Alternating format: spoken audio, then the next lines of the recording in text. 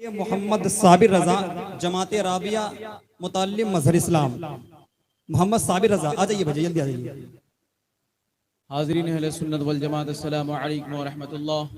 الحمدللہ وکفا وسلام علی حبیبہ المصطفی اما بعد فاعوذ باللہ من الشیطان الرجیم بسم اللہ الرحمن الرحیم. وقل جاء الحق وضحك الباطل ان الباطل كان ضحوكا صدق اللہ العظیم. آئیے ہم اور آپ سب لوگ مل کر سب سے پہلے بارگاہ رسالت معاف صلی اللہ تعالی علیہ وسلم میں درود پاک کی خراج تحسین پیش کریں. پڑھیں اللہم صلی علی سیدنا شفیعنا نبینا مولانا محمد بارک وسلم معدن الجود والکرم والی واصحاب الکرام وابنہ الکریم وبارک وسلم. عزیزان گرامی وقار، آج مجھے جس عظیم الشان شخصیت کے زندگی کے ایک اہم رخ پر لب کشائی کا موقع ملا ہے وہ کوئی عام شخصیت نہیں بلکہ مجدد اعظم اعلیٰ حضرت فاضل بریلوی علی رحمہ کے چمنستان علم کا وہ پہلا پھول ہے جس کی خوشبو نے پوری دنیا کو معطر کیا، جنہیں آج پوری دنیا حجت الاسلام فخر اولاد اعلیٰ حضرت علامہ حامد رضا خان کے نام سے جانتی اور پہچانتی ہے.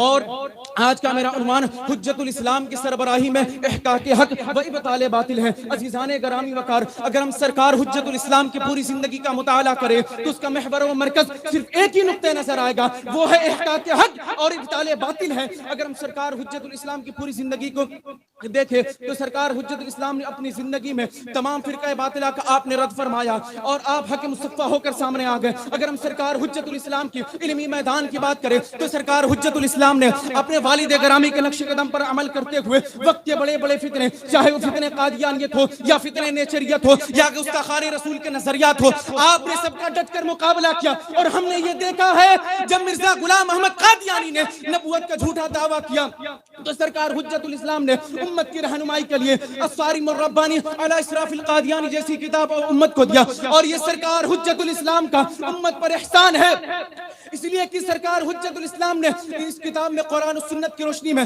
عقیدہ ختم نبوت کو اس طرح ثابت کیا ہے کہ باطل کے بعد چون چرا کی بھی گنجائش نہ رہی. یہی نہیں بلکہ سرکار حجت الاسلام نے ان لوگوں کا بھی رد فرمایا جو تصوف کا نام لے کر شریعت کا مذاق اڑاتے تھے اور یہ کہتے تھے شریعت الگ ہے طریقت الگ ہے. سرکار حجت الاسلام نے قرآن و سنت کی روشنی میں ان لوگوں کا بھی رد فرمایا اور یہ ثابت کیا کہ شریعت اور طریقت الگ نہیں ہے بلکہ طریقت ہی شریعت کی کوکھ سے جنم لیتی ہے. اور یہ احقاق حق کی بہترین مثال ہے دنیا کے سامنے.